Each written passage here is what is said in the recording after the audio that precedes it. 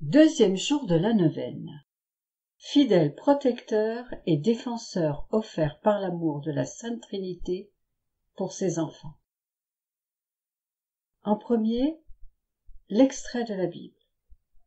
Hérode allait le faire comparaître. Or, Pierre dormait, cette nuit-là, entre deux soldats. Il était attaché avec 2 chaînes, et des gardes étaient en faction devant la porte de la prison. Et voici que survint l'ange du Seigneur, et une lumière brilla dans la cellule. Il réveilla Pierre en le frappant au côté et dit « Lève-toi vite !» Les chaînes lui tombèrent des mains.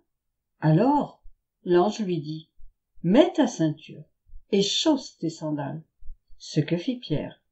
L'ange ajouta « Enveloppe-toi de ton manteau et suis-moi. » Pierre sortit derrière lui. Mais il ne savait pas que tout ce qui arrivait, grâce à l'ange, était bien réel. Il pensait qu'il avait une vision.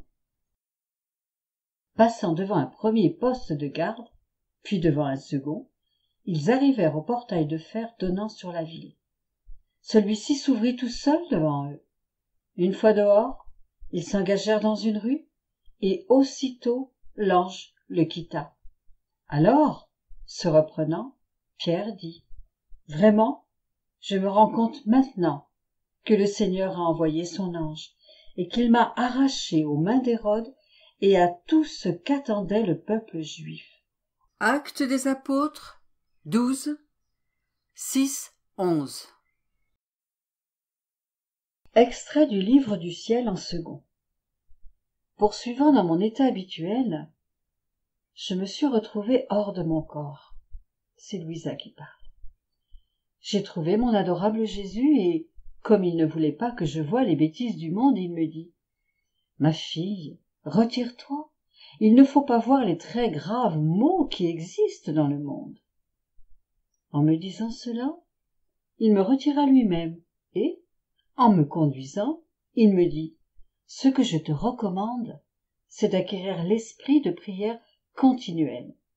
Cette continuelle attention de l'âme a toujours conversé avec moi, soit avec le cœur, soit avec l'esprit, soit avec la bouche, et même avec la simple intention. Cela la rend si belle à mes yeux que les notes de son cœur s'harmonisent avec les notes de mon cœur. Je me sens tellement attirée à converser avec cette âme que non seulement je lui manifeste les œuvres ad extra de mon humanité, mais aussi un peu les œuvres ad intra que ma divinité opérait dans mon humanité. De plus, la beauté que l'âme acquiert par l'esprit de prière continuelle est telle que le démon en est frappé, comme par la foudre, et frustré dans les embûches qu'il essaye de tendre à cette âme. Cela dit, Jésus disparut, et je suis revenue dans mon corps. C'est en date du 28 juillet 1902. À mon ange gardien. Mon bon ange gardien, toi qui es mon protecteur et qui cherches sans cesse à m'aider, à me protéger, aide-moi, je t'en prie, à acquérir cette grâce particulière, la prière continuelle. Cette prière si précieuse qui me permet de converser sans cesse avec Jésus. Ainsi, travaillant ensemble pour acquérir la prière continuelle, je serai protégé et tu seras heureux de me savoir protégé. Et que tout ce qui fait obstacle soit enlevé, que tout ce qui permet à la vie dans la volonté de la Sainte Trinité s'installe dans mon cœur, que par tes prières et ton aide, je puisse avancer vers ce chemin de l'adoration de la Sainte Trinité en toutes choses, en tout acte, à tout moment, afin que rien ne sorte de mon bon Jésus, pas même un battement de cœur ou une respiration, que je puisse lui offrir tout ce qu'il me donne comme vie avec ton aide et tes prières, lui offrant tout comme étant mien, et ce, dans mon néant et ma misère.